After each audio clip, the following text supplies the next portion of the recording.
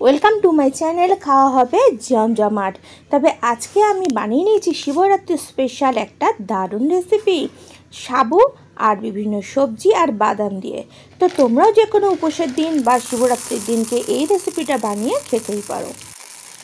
আমি এখানে মোটা দানা সাবু নিয়ে নিয়েছি, তবে বড় দানা সাবু দিয়ে করলেই এই রেসিপিটা খুবই ভালো হয়।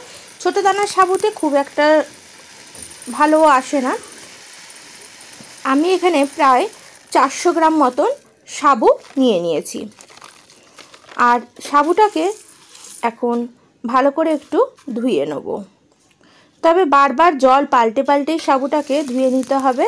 আর সাবুটা ধোয়ার সময় হাত দিয়ে এরকমভাবে কচলে কচলে ধুয়ে নিতে হবে, কারণ সাবুর গায়ে যে স্টার্চটা থাকে সেটা যেন ধোয়ার সঙ্গে বেরিয়ে যায়। তাহলে এই সাবুর পোলাওটা খেতে খুবই ভালো হবে। আর না হলে গায়ে গায়ে আঠার মতো জড়িয়ে গেলে সেটা সুন্দরভাবে করা বা খাওয়া যাবে না। আমি সাবুটাকে প্রায় 4 বার জল পাল্টে আমি ধুয়ে নিয়েছি।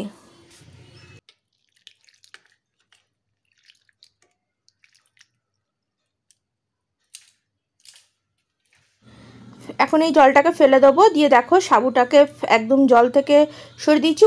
তলায় সামান্য জল আছে, আর এতে আমি সামান্য পরিমাণ জল অ্যাড করলাম। আর সাবুটাকে এরমভাবে ভিজিয়ে রেখে দিচ্ছি প্রায় ঘন্টা 3 মতন। আর যেন উপরে জল না থাকে, যেটুকু জল গায়ে মাখো মাখো অবস্থাতেই ভিজিয়ে রাখছি। তাহলে দেখবে সাবুটা একদম ঝরঝরে হয়েছে। আর বেশি জল দিলে তখন সাবুটা কাদা কাদা হয়ে গেলে জিনিসটা সুন্দরভাবে করা যাবে না। আমি এটাকে এখন 3 ঘন্টা চাপা দিয়ে রেখে দেবো। ঘন্টা 3 পর দেখো ফেরত এসেছি, সাবুটা কতটা ফুলে উঠেছে আর একদম ঝরঝরে। আর দেখো ভিতরটাও কত সুন্দর নরম হয়ে গেছে। দুটো আঙুল দিয়ে সুন্দর করে এটাকে চিপে দিলে বোঝাই যাচ্ছে নরম কতটা। দেখো একদম ঝরঝরে, একটুও গায়ে জল নেই।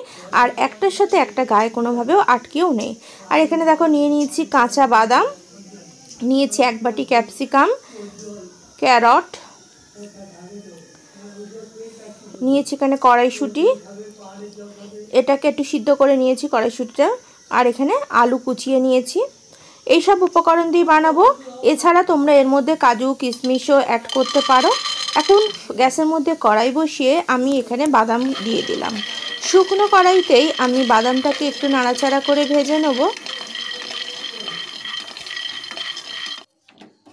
বাদামটা ভাজা হয়ে গেছে, আর এখন আমি কড়াই থেকে নামিয়ে নেবো। তবে তোমরা কি করে বুঝবে যে বাদামটা একদম পারফেক্ট ভাজা হয়েছে? এর জন্য একটা বাদাম নিয়ে এরমভাবে হাত দিয়ে একটু ঘষা দিলেই দেখবে এর খোসাগুলো ছেড়ে যাচ্ছে। তাহলেই বুঝে নেবে বাদামটা ভাজা হয়ে গেছে। এখন বাদামগুলো খোসা ছাড়িয়ে আমি এটাকে মিক্সিতে হাফ ভাঙা করে নেব। আর কড়াইতে দিয়ে দিলাম 1 চামচ মতন ঘি। ঘিটা দেখো এখন মেল্ট হয়ে গেছে। আর ঘিটাকে একটু ভালো করে গরম করে নিয়ে এর মধ্যে দিয়ে দিচ্ছি যে আলুগুলো কেটে রেখেছিলাম, সেটা ভালো করে ধুয়ে এখন এই কাটা আলুর টুকরোগুলোকে আমি দিয়ে দিলাম। আলুটাকে নাড়াচাড়া করে বেশ ভালো করে একটু ভেজে নিচ্ছি। আলুর ওপর দিয়ে দিচ্ছি কেটে রাখা গাজরের টুকরোগুলোকে। এখন গাজরটা একটু নাড়াচাড়া করে নেব, দিয়ে আলুর সাথে আলু গাজর একসাথেই একটু ভেজে নেব।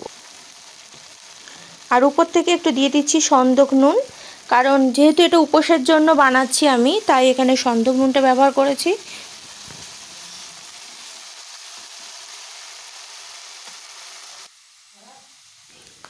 আর এর উপর দিয়ে দিচ্ছি কেটে রাখা ক্যাপসিকামগুলোকেও, কারণ ক্যাপসিকামগুলো পরে দিচ্ছি একটু, কারণ ক্যাপসিকামটা খুব বেশি আমি নরম করে ভাজবো না, একটু ক্রাঞ্চি ভাব থাকলে ক্যাপসিকামটা খেতে ভালো লাগে।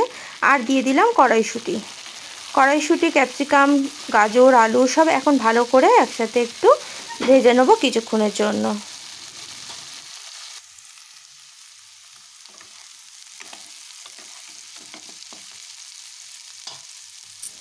এখন এতে অ্যাড করে দিচ্ছি কাঁচা লঙ্কা কুচিগুলোকে। আর ঝালটা তোমরা যে যেরকম পছন্দ করবে সেই হিসাবেই তোমরা ঝালটা এখানে ব্যবহার করবে। সমস্ত উপকরণগুলো বেশ ভালো করে ভেজে নিয়েছে, নরমও হয়ে গেছে। এখন আমি সাবুদানাগুলোকে দিয়ে দিচ্ছি।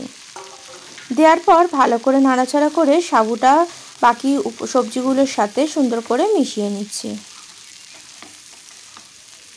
যে কোনো উপোসের দিন হোক বা শিবরাত্রির দিন বা যে কোনো দিন ব্রেকফাস্টেও তোমরা এই রেসিপিটা বানাতে পারো। খুবই সুস্বাদু এবং স্বাস্থ্যকর একটি খাবার, আর যেটা খুবই সহজে হজমও হয়ে যায়।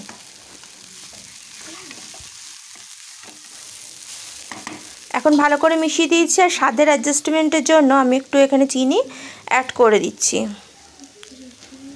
আর একটু নুনও দিয়ে দেবো, কারণ সাবুটা দেওয়ার পর নুনের দরকার পড়ছে, যেটা সেই নুনটা দিলাম। আগেরটা তো সবজির জন্য নুনটা অ্যাড করেছিলাম।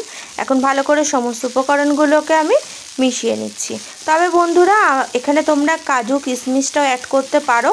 আমি যদিও আজকে কাজু কিশমিশ ছাড়াই এটা বানালাম, কিন্তু তোমরা এখানে দিয়ে নিতে পারো, তাতেও এটা খেতে বেশ সুস্বাদু লাগে।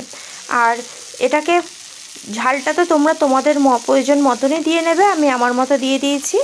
আর শেষে আমি এর মধ্যে একটু মরিচ গুঁড়ো অ্যাড করে দেবো, তাতে এটা খেতে বেশি সুস্বাদু লাগে। এখন দেখো নাড়াচাড়া করতে করতে সাবুদানাগুলো বেশ ট্রান্সপারেন্ট হয়ে গেছে।